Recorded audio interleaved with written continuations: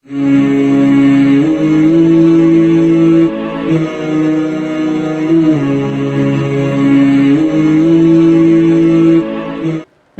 Rahmanir Rahim.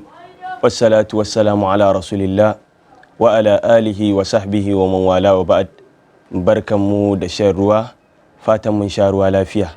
Hakika jama'a suna da damuwa da kuma baƙin ciki da buƙatu kala-kala wanda ba su cika ba a cikin zuciyarsu.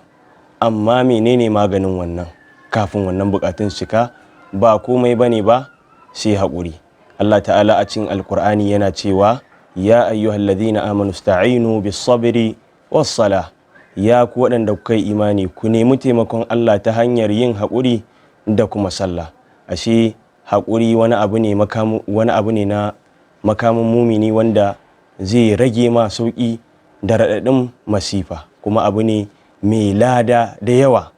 Allah yana cewa innama yuwaffas sabiruna ajrahum bighairi hisab.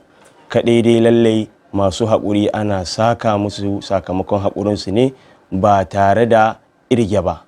Sannan manzon Allah tsira da amincin Allah su tabbata a gare shi yana faɗa a cikin hadisi yake cewa ma ruziqa ahadun rizqun khairan wa awsa'u min as-sabr.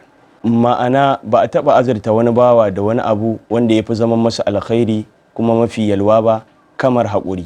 Lallai haƙuri babban abu ne, kuma masu haƙuri suna tare da Ubangiji. Allah ta'ala hakanan a Alƙur'ani yana cewa inna Allaha ma'as sabirin.